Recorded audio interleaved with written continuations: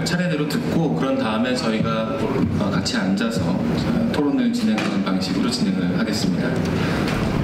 자, 그러면 첫 번째 발표는 최영문 MBC 지역신국장께서 발표해 주시겠습니다. 박수로 환영해 주시기 바랍니다.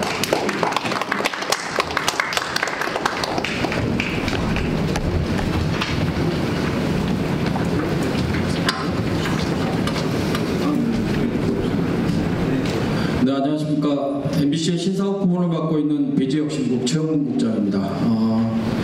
세이블코인에 대한 세미나를 앞두고 저희 여러 담당 실무팀들 뿐만 아니라 AI를 괴롭혀가면서 과연 방송산업에서 스테이블코인이 어떤 영향을 가질 수 있을까를 고민해 왔는데요. 앞에 의원님들이 축사하시면서 다 말씀을 해버리셨습니다. 제가 말씀드려야 할 내용들을 이미 너무 정확히 잘 알고 계셔서 다만 저희는 이제 실무적인 입장에서 여러 가지 측면들을 좀 검토하고 연구하고 있는 부분들을 함께 공유를 드리고자 합니다. 오늘 저는 방송 콘텐츠 산업 분야에서 스테이블 코인의 도입이 기존의 방송 콘텐츠 산업 분야의 기업들이 고심해왔던 여러 문제를 상당 부분 해소할 수 있는 계기가 될 수 있다는 점을 중심으로 말씀을 좀 드리고자 하는데요. 특히 지난 2년여간 MBC가 심혈을 기울여 추진해왔던 K-팝과 드라마, 스토리 등을 기반으로 하는 해외 K-콘텐츠 테마파크의 개발과 운영에 있어서도 스테이블코인이 사업의 안정성, 수익성을 강화할 수 있는 대안이 될 수 있지 않을까 하는 측면을 공유드리고자 합니다. 이미 아시는 것처럼 과거 방송, 콘텐츠 산업은 국내 중심의 내수형 산업이었습니다. 대부분의 국내 소비자를 타겟으로 해 기획과 제작, 소비, 그리고 수익 환수까지 이루어졌고요. 이 과정은 물론 원화를 기반으로 했습니다.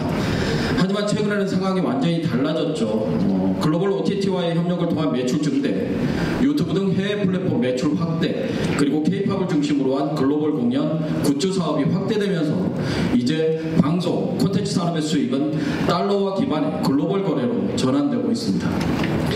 문제는 이 과정에서 과거에는 고민할 필요가 없었던 또는 겪지 않아도 됐던 문제가 발생하고 있다는 건데요. 바로 환율 변동 리스크, 이른바 환 리스크가 급격히 커지고 있다는 점입니다. 이 부분에 대해서 제가 겪고 있는 문제들을 중심으로 한번 설명을 드려볼까 합니다. MBC는 유튜브라는 글로벌 콘텐츠 유통 생태계에서 최강자의 위치를 차지한 지 상당히 오래됐습니다. 구독자 확보나 실제 콘텐츠 구독률 등에서 국내 경쟁사들을 한참 따돌리고 글로벌 최강자의 위치를 몇 년 동안이나 유지하고 있습니다. 이 부분은 저희 회사 자랑이 좀 섞여 있고요. 그렇다면 MBC는 유튜브 부분에서는 아무런 고민이 없어야 됩니다. 그런데 전 매달 특정일이 되면 신경이 상당히 곤두서는데요. 그날은 유튜브의 수익이 정산되는 날입니다.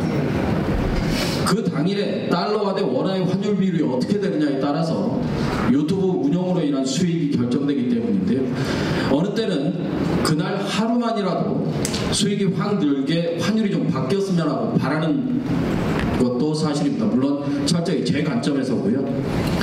실무팀의 과거 몇 년의 사례를 확인해 보니까 동일한 수치 구독자와 구독 뷰수를 기록하고도 실제 정산받는 수익은 최대 10%까지 차이를 보이는 경우가 발생하고 있습니다.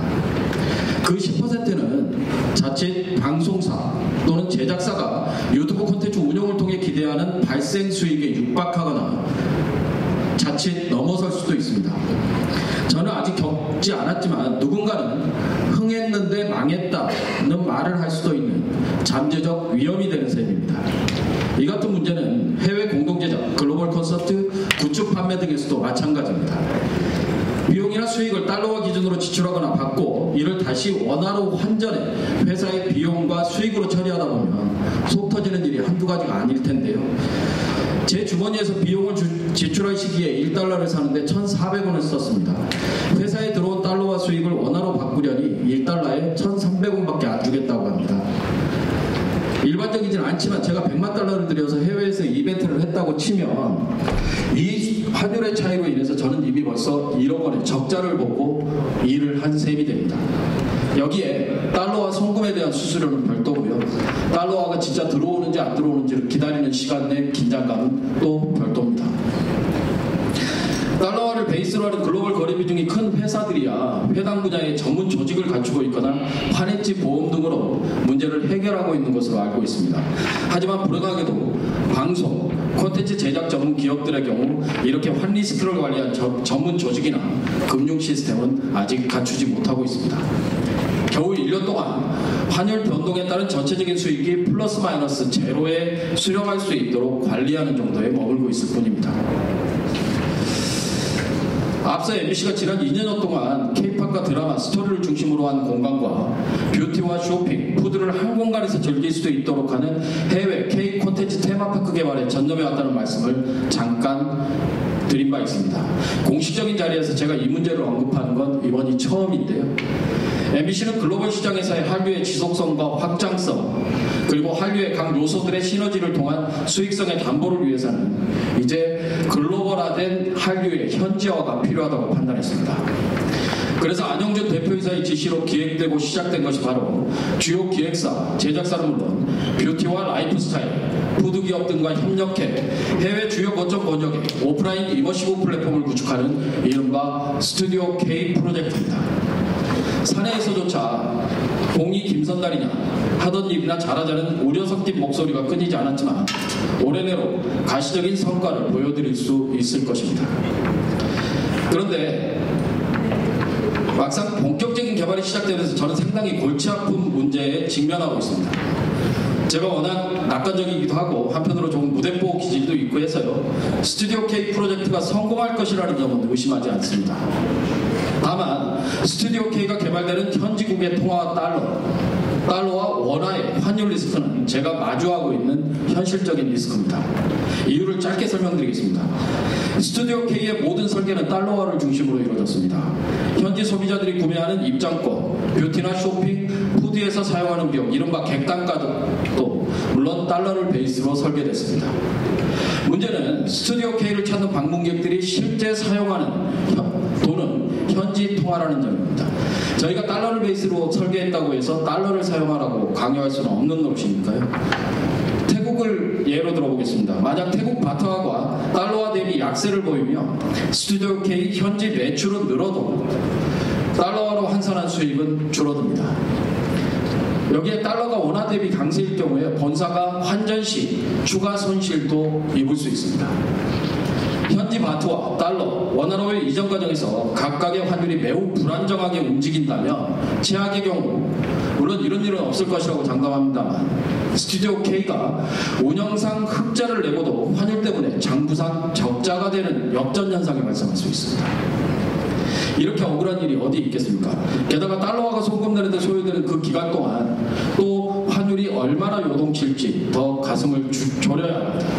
물론 그 과정에서 환율이 항상 유리하게만 움직인다면 그보다 좋은 일은 없겠죠. 하지만 세상에 항상 좋은 일은 극히 드물고 안 좋을 수도 있는 상황에 대비해야 되는 입장에서는 이 문제에 대한 해법을 스테이블 코인에 도입해서 찾을 수 있지 않을까 기대하고 있습니다. 스테이블 코인의 도입은 비단 스튜디오 K 같은 해외 개발 운영 플랫폼에만 긍정적인 영향을 미치는 데서 끝나지는 않을 것이라는 게 저의 개인적인 판단입니다. 사례별로 짧게 살펴보자면 첫 번째가 콘텐츠 수출 및 유통 분야의 안정성입니다. MBC는 해외 콘텐츠 유통 채널이나 넷플릭스, 디즈니 등의 글로벌 OTT에 참 많은 콘텐츠를 수출하고 있습니다. 문제는 이로 인한 수익도 환율에 직접적인 영향을 받을 수밖에 없다는 건데요. 만약 사업자 간 거래에서 스테이블 코인이 도입된다면 환율 변동에 따른 리스크를 줄임과 동시에 송금에 소요되는 기간도 획기적으로 단축해 사업 운영의 안정성을 더 강화할 수 있을 것입니다. 요즘엔 방송사와 해외 수입사 간의 콘텐츠 유통에 따른 수익 쉐어 개념을 도입하기도 합니다. 불분명한 정상가정과 방식으로 인해 분쟁이 발생하는 경우도 종종 있습니다. 그런데 이 같은 수익 쉐어 방식의 거래에 스테이블 코인을 기반으로 하는 스마트 컨트랙트를 도입한다면 그 정산이 자동으로 이루어지게 돼서 불필요한 분쟁과 그로 인한 인적, 물적 자원의 낭비도 막을 수 있을 것입니다. 방송사나 제작사의 해외 콘텐츠 제작에 있어서도 스테이블 코인은 상당히 유용할 것 같은데요. 저는 내일 약 3주 동안 4개국에 체류하며 협상을 해야 하는 출장을 가야 합니다. 회사는 저에게 당연히 원화를 기반으로 출장비를 지원하는데요. 불행하게도 한 개국을 제외하고는 달러를 사용하지 않는 국가들입니다. 저는 회사가 지불한 출장비를 현지국 통화로 환전하기 위해서 일단 원화를 달러화로 바꿔야 하고요. 다시 달러를 현지국의 통화로 바꿔야 합니다. 해외에서 콘텐츠를 제작하기 위해 나가는 제작진들도 이 같은 사정은 다르지 않습니다. 문제는 그 복잡한 환율 과정에서 의도치 않았던 손실이 발생하게 되고요. 이는 곧 제작비의 손실로 이어진다는 것입니다. 물론 크지는 않겠죠. 스테이블코인의 도입은 이 번거롭고 손실을 야기할 수 있는 과정을 생략함으로써 리스크 없이 해외 제작을 추진할 수 있는 토대가 될 것입니다. 요즘 K-팝이 글로벌 대세가 되면서 해외 콘서트가 정말 많이 진행되고 있습니다. 이 같은 글로벌 콘서트에도 스테이블코인은 여러 측면에서 상당히 유용하게 활용될 수 있다고 보여지는데, 현지국 통화 달러, 원화로 이어지는 정상 과정에서의 환 리스크 해지는 여러 차례 말씀드렸던 문제이고요. 스테이블코인 기반의 이른바 NFT 티켓을 도입한다면 안표 방지나 실시간 환불, 그리고 투명한 수익 분배까지도 연계할 수 있다고 보여집니다. 콘서트 등과 연계된 콘텐츠 커머스, 이른바 굿즈 판매에 있어서도 환율 차이에 따른 소비자의 거부감을 줄일 수 있는 대안이 될 수 있을 것입니다. 요즘 K 콘텐츠와 관련된 굿즈, 물론 여기 국립중앙박물관이 대표적으로 최고의 성공을 거두고 계시지만, 이 굿즈 판매는 또 다른 K 콘텐츠의 사업 분야로 각광받고 있는 분야입니다. 정리하자면 방송, 콘텐츠 산업은 이제 국경을 넘어서는 디지털 콘텐츠 산업으로 그 형태가 완전히 전환됐습니다. 민병덕 의원님께서 디지털 국경은 없다라고 말씀을 주셨는데, 딱 방송, 콘텐츠 산업과 부합하는 부분 같습니다. 그런데 아쉽게도 방송 콘텐츠 제작사의 금융 인프라는 여전히 국가별 통화 체계에 묶여있는 낡은 구조에 머물러 있습니다. 스테이블코인이 모든 문제의 해법은 되지 못한다 하더라도 이 같은 격차를 메우는 가교 역할은 할 수 있을 것으로 생각하고요. 현지화된 테마파크에서 콘텐츠 수출, 글로벌 플랫폼, 콘서트까지 모든 수익을 하나의 통합된 가치 기준으로 연결할 수 있게 될 것이라고 보고 있습니다. 콘텐츠의 경쟁력이 비단 제작 능력뿐만 아니라 수익을 안정적으로 회수할 수 있는 금융 시스템에도 상당 부분 의존하고 있는 상황에서 이 같은 부분에 대한 고민은 앞으로 더 중요한 의미를 지니게 될 것입니다. 따라서 방송 콘텐츠 산업의 금융 인프라 측면에서 스테이블코인의 도입은 이제 단순한 가능성의 차원이 아니라 이미 발생하고 있는 문제들을 해결할 핵심 전략의 측면에서 다뤄질 필요가 있으며, 앞으로 국회와 전문가들의 심도 깊은 논의를 통해 이 부분에 대한 접근법이 마련될 수 있을 것이라고 기대하고 있습니다. 감사합니다. 자, 최영무 국장님 감사합니다.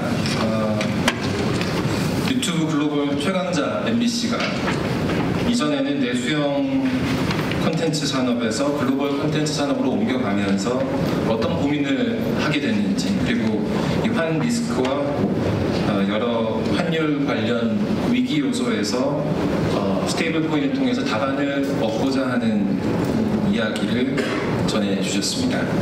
네, 다음은 이해붕 두나무 업비트 투자자 보호센터장님께서 스테이블 코인이 가져온 변화와 미래 전망이라는 주제로 발표를 해주시겠습니다. 박수로 환영해 주시기 바랍니다. 감사합니다. MBC, 그죠? 문화방송. 아주 오늘 세미나 주관하시기에 아주 최적의 방송사인 것 같습니다. 우리 블록체인도 브로드캐스터라는 말을 씁니다. 네트워크에서 그 블록 생성할 때 노드들한테 다 뿌립니다. 거래 내역, 트랜잭션 내역을. 그렇게 해서 블록이 하나하나 생성돼 가면서 연결됩니다. 그걸 블록체인이라고 하는데요. 이 스테이블 코인은 블록체인을 기반으로 합니다. 그죠? 블록체인 생태계. 자, 이거 우리가 과거에 전기밥솥, 해외, 일본제 뭐 이런 것만 의존하다가 국산이 지금 뛰어나죠. 대한민국 제조업, 문화, 금융 다 할 수 있습니다. 그런 관점에서 스테이블 코인이 가져온 변화 그리고 미래 전망에 대해서 간략히 한번 말씀을 드리도록 하겠습니다. 자, 제가 같이 공유하고 싶은 글이 있습니다. 2019년이죠. 한참 전인데 4월 19일 날 광주일보에 최진석 박사님이 쓰셨어요. 아주 좋은 글이라. 4차 산업혁명 시대, 그죠? 지금은 AI를 A1이라고 읽으시는 분은 없겠죠. 불과 한 3, 4년만 해도 고딕체로 딱 해놓으면 AI를 A1이라고도 읽고 그랬습니다. 우리가 이 진짜 새로워져야 할 때 새로워지지 못하면 썩는다. 한 번도 경험해보지 못한 익숙하지 않은 방법으로 그 한계에 도달하는 것 외에는 우리가 도전할 다른 일이 없다. 이제 낡은 문법과 결별하고 새로운 문법으로 무장하고 새로운 태도를 가질 때다. 저는 이 스테이블 코인을 대하면서 이런 역시 우리 그저 유통 쪽에서도 어떤 법적인 제도적인 기반이 잘 갖춰져야 된다. 그 법에 쓰여진 문구가 옛날 그대로의 문구라고 하면 수용하고 활용되도록 하는데 상당한 제약이 따를 것이다. 이런 말씀을 같이 한번 드려봅니다. 금융 환경이 굉장히 많이 바뀌었죠. 이 금융뿐만 아니라 통상, 무역, 그죠? 지금 오늘 주제가 문화인데 이 문화라는 컨텐츠를 주고받을 때 지급 결제 수단으로 쓰이게 되죠. 우리 블록체인은 전부 프로토콜 경제라고 하는데 왜냐하면 성문화된 어떤 헌법 이런 것을 대체할 수 있는 코드 자체가 법이 되고 규범이 되고 그것을 토대로서 이제 거버넌스, 투명성, 책임성 계제가 작동을 합니다. 너 뭐 갖고 있니? 나 이거 갖고 있어. 그랬지 않습니까? 그런데 이제는 나 가상자산, 디지털 자산, 비트코인 갖고 있어. 이렇게 하죠. 새로운 재산의 대상물로 이제 바뀌었고 또 뭘로 줄래? 네가 줘야 될 거. 전자적인 기록 이거 내 거라고 증명할 수 있으니까 그걸 컨트롤러블 일렉트로닉 레코드라고 합니다. 이런 것을 의무 이행 수단, 그죠? 무역 대금도 저 CER, 소위 말하는 페이먼트 스테이블 코인으로 이제 주고받게 되는 그런 환경이 된 거죠. 그리고 가치를 표시하고 교환하고 투자, 보상, 또 신원 확인 이런 메커니즘도 계속해서 최적화되고 있습니다. 요즘은 디지털 시티즌십의 시대라고 합니다. 나라 국경을 칸막이처럼 이렇게 구분하는 게 아니라 이제 디지털 환경에서는 디지털로 신원만 증명이 되면 확인이 되면 그 디지털 생태계에 다 들어갈 수 있습니다. 이거를 디지털 시티즌십이라고 하고 그럼 신원을 어떻게 증명해? 소위 말하는 자기 주권 신원이라고 있죠. Self-Sovereign Identity. 그것이 DID, 탈중앙화된 ID 형태, 또 지갑에서 신원이 확인된 DIW 이런 걸 기반으로 해서 다 이제 소위 예전에 말하는 주민등록증 내봐, 여권 내봐 이러지 않고 이런 DID, DIW, 또 SSI 이런 걸 기반으로 해서 전부 KYC가 다 이루어질 수 있습니다. 자, 이제 핀터넷. 여러분들 핀테크는 들어보셨는데 핀터넷 들어보셨나요? 핀터넷. 에이전트 금융 들어보셨죠? 웹3 들어보셨을 겁니다. 이 웹3 시대는 이제 읽고 쓰는 단계가 아니라 결제까지 실행할 수 있는 그런 생태계를 말합니다. 소위 네트워크들의 온라인 네트워크. 이게 월드 컴퓨터하고 비슷하죠? 이더리움이 이렇게 얘기를 했었는데 자, 핀터넷은 제가 얘기하는 것이 아니라 BIS가 국제결제은행이 2023년에 얘기를 했는데 앞으로 2030년까지 한번 그려보자. 35년까지 무슨 모습이 될까? AI, 디지털 트러스트, 디지털 신원, 디지털 애셋 그리고 양자 컴퓨터 나오는데 질까? 안 지지. 양자 내성 암호화 기법 나올 거거든. 그 표준을 만들어가면 돼. 이런 4개 요소가 결합하면서 기업과 개인이 금융의 중심에서는 아까 그 환율 위험, 환차손 때문에 열심히 일해봤자 손실 말씀드렸는데 기업과 금융이 이런 블록체인 기반의 AI 기반의 에이전트 금융 시대가 되면 중간자가 없어지지 않습니까? 이 중간자가 없어지면서 실시간 정산, 즉시 결제 이런 시대가 열리는 거죠. 그리고 이제 디지털 시스템을 운영하면서 사이버 보안이라든지 AML 이거는 전부 국가적인 차원에서 매우 중요합니다. 그 인프라에 대한 복원력, 사이버 위생이라고도 하죠. 이거를 갖추고. 그래서 각국은 이 분산원장 기술 또 디지털 자산의 잠재력을 수용하고 안전장치를 제공하겠다. 이것이 규율 체계다. 규칙과 제도다. 못하게 하는 것이 아니라 이걸 지키면서 해라. 이런 규율 체계를 적극적으로 마련하고 있습니다.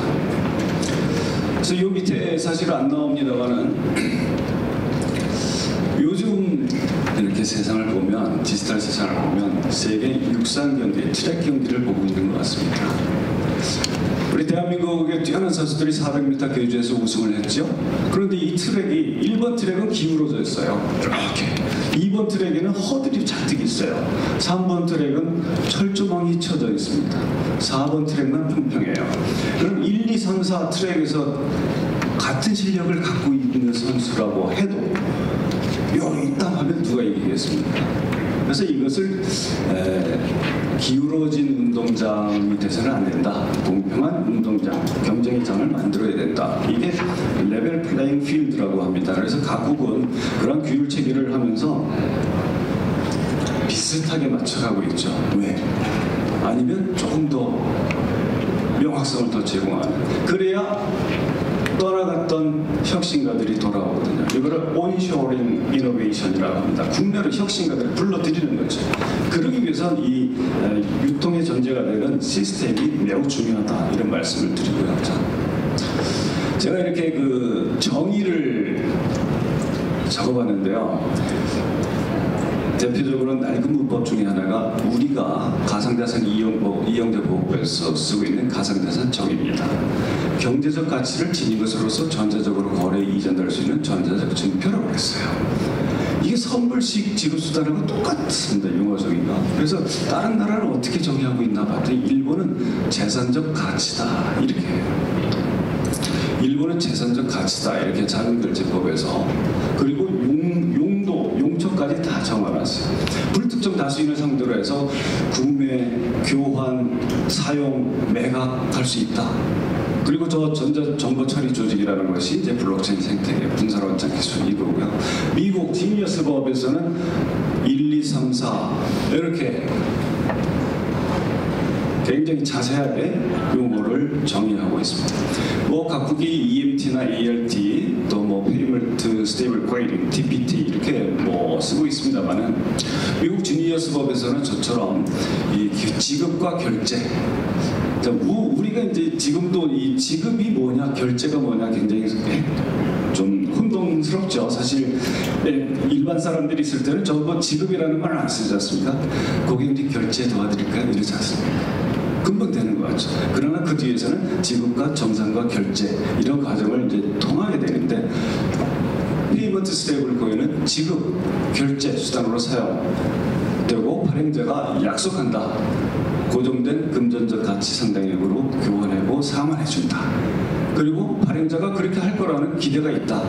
그리고 국가화폐, CBDC 이런 거 아니다. 예금 아니다. 예금이 토큰화됐다고 해서 그것은 스테이블 코인이 아니다. 그건 토큰화된 예금일 뿐입니다. 증권 토큰화돼도 스테이블 코인은 아니다. 이렇게 이제 명확하게 용어를 구분하고 있는 것을 볼 수 있습니다. 이 페이먼트 스테이블 코인은 글로벌 디지털 통상과 이제 금융의 변혁을 진짜 이끌 핵심 요소입니다. 우리가 블록체인 생태계는 가치를 주고받는 형식, 또 담보력을 갖춘 가치 교환, 자금의 이동, 이 매개 수단이 뭐냐? 예전엔 디지털 자산만 있었는데 이 담보력을 좀 높이자. 그게 스테이블 코인입니다. 그리고 이 생태계를 넓혀가지고 블록체인 고유의 생태계를 뛰어넘어서 이제 모든 디지털 생태계로 확장이 됩니다. 그리고 고속이죠. 저비용의 지급수단이 됩니다. 결제 완결 시점, 정산 완결 시점을 최대한으로 단축하죠. 여러분들 혹시 원자적 결제라는 말 들어보셨을까요? 원자적 결제. 이게 참 우리가 안 쓰던 말을 원자적 결제 시대를 가져오겠다. 스테이블 코인 가지고 이렇게 쓰는 기관이 있는데요. 저겁니다. 이 Atomic Settlement. 원자라는 것이 극한의 원소지 않습니까? 더 이상 쪼갤 수 없는. 그래서 블록 생성 시점을 최대한 단축하면 거의 실시간으로 지급과 정산과 결제를 완결될 수 있습니다. 그거를 어토믹 세틀먼트라고 하는데 원자적 결제라는 말 대신에 즉시 결제라고 하시죠. 저는 그렇게 순간 결제 이렇게 좀 말씀드리고 싶고요. 이런 것을 통해서 지급 결제망이 이제 혁신이 됩니다.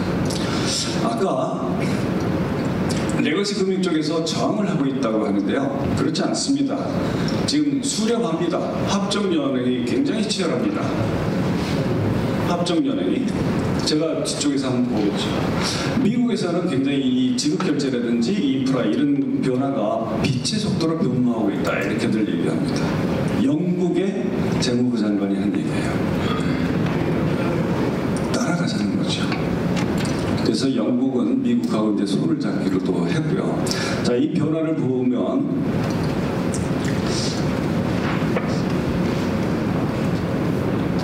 그죠. 맨 위에는 스위프트망을 통한 경우고요. 두 번째는 스테이블 코인 체계에 들어있는 온램프 사업자, 오프램프 사업자들이 끼어서 한 30분 내로 결제, 정산 시점을 단축하는 그림이고요. 맨 밑에는 P2P, 직접 당사자들 간에 주어이 지게 되면 주고받을 때 이제 바로 몇 초 안에 다 끝나버리는 이런 시스템입니다. 그래서 여기 두 번째 보시면 온램프, 온오프 램프, 이 램프라는 게 램프를 통해서 들어가는 거죠. 어디로? 블록체인 생태계로. 블록체인 생태계에서 걸어되는 것들은 전부 온체인 트랜잭션. 밖에서는 오프체인입니다. 이거를 매개를 해주는 온램프 사업자, 오프램프 사업자들이 굉장히 많습니다. 그래서 이런 사업자들이 대표적으로 이제 사업을 하게 되는데, 이 스테이블코인 규율 체계가 다 정돈이 돼가고 있습니다. 요거는 참고로 한번 보시고요. 이런 것들이 이제 법적으로 법문에 표현이 되게 됩니다. 우리 곧 12월이면 시안이 나올 것 같아요. 스테이블코인 포함한 가상자산 이용자보호법 이제 2단계 헌법이 나올 것 같습니다. 유념해서 보시고요. 이 미국 제가 같이 좀 읽어보고 싶은 것이 미국입니다. 이 대통령 직속의 워킹그룹이 보고서를 냈어요. 트럼프 대통령이 1월 23일 180일 줄 테니까 보고서를 내라. 연방의 모든 기관들 대상으로 워킹그룹을 구성해라. 냈습니다. 그 중에 하나가 스테이블코인입니다. 합법적인 목적으로 정당한 달러 기반 스테이블코인 개발하고 성장할 수 있도록 그 분위기를 만들자. 이것이 지니어스 법입니다. 그래서 이걸 토대로 해서 만들었죠. 그 워킹그룹이 페이퍼를 냈는데 그 중에 하나가 스테이블코인의 지급결제 인프라, 스테이블코인, 페이먼트 스테이블코인 발행 유통될 수 있는 지급결제 인프라를 현대화하자. 그래야 국내로 그 혁신이 들어오고 미국이 디지털 금융 쪽에서 리드할 수 있다 이런 것입니다. 우리도 그렇게 할 수 있죠. 해야 되죠. 그래서 이 지니어스 법에 보면 발행자, 발행 취급, 발행 요건, 그리고 저기 은행들이 발행할 수 있게 안 했습니다. 저기서는. 왜냐하면 은행들이 발행하게 되면 은행 예금을 가진 보유자들이 은행 대차대조표에 대한 채권자가 되거든요. 근데 스테이블코인 채권자들이 예금 채권자들의 권리하고 경합이 되면 헷갈리면 혼동이 되면 안 된다 그래서 은행들의 자회사를 통해서 스테이블코인을 발행하도록 이런 시스템을 갖추고 있다는 것을 한번 말씀드리고요. 그리고 파산하더라도 그 보유자들을 보호할 수 있는 장치가 되어 있습니다. 자, 이 웹3까지 오는 동안에 계속해서 생존한 기업이 있죠. 저기 보면 비자나 마스터카드, 그죠? 저쪽에서도 이쪽에서도 세 번째까지 다 생겼습니다. 다 적응하면서 새로운 길을 개척한 거예요. 레거시 쪽에서 이 디지털라이제이션만 고집하면서 있는 것이 아니라 디지털 변화 시대, 디지타이제이션 영역에서도 주도하고 있는 것이 비자, 마스터카드, 카드 사업자 아니죠. 결제 네트워크 사업자입니다. 그래서 결제 네트워크 인프라의 경쟁력을 가져오기 위해서 비자, 마스터카드가 이제 사업 영역을 넓히고 있죠.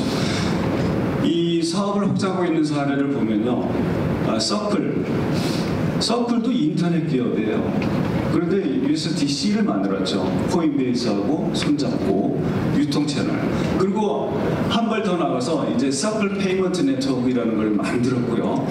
이 이 금융기관들과 제휴를 하고 저기에는 결제 서비스 사업자들 다 들어가 있습니다. 그리고 중요해지는 게 이제 크로스 체인입니다. 블록체인이 하나만 있나요? 아닙니다. 여러 개 블록체인들을 서로 연결해야 램프로 연결하고 서로 연결될 수 있는 이 크로스 체인 서비스가 돼야 웹3 생태계에서 지급 결제가 원활하게 되죠.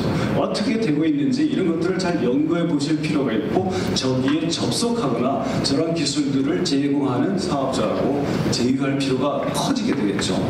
자, 비자 결제 네트워크 사업자라고 그랬는데요. 마스터카드도 마찬가지입니다. 이 4대 전략을 했어요. 기존 인프라 확 뜯어 고치자. 그런데 완전히 바꾸는 건 아니죠.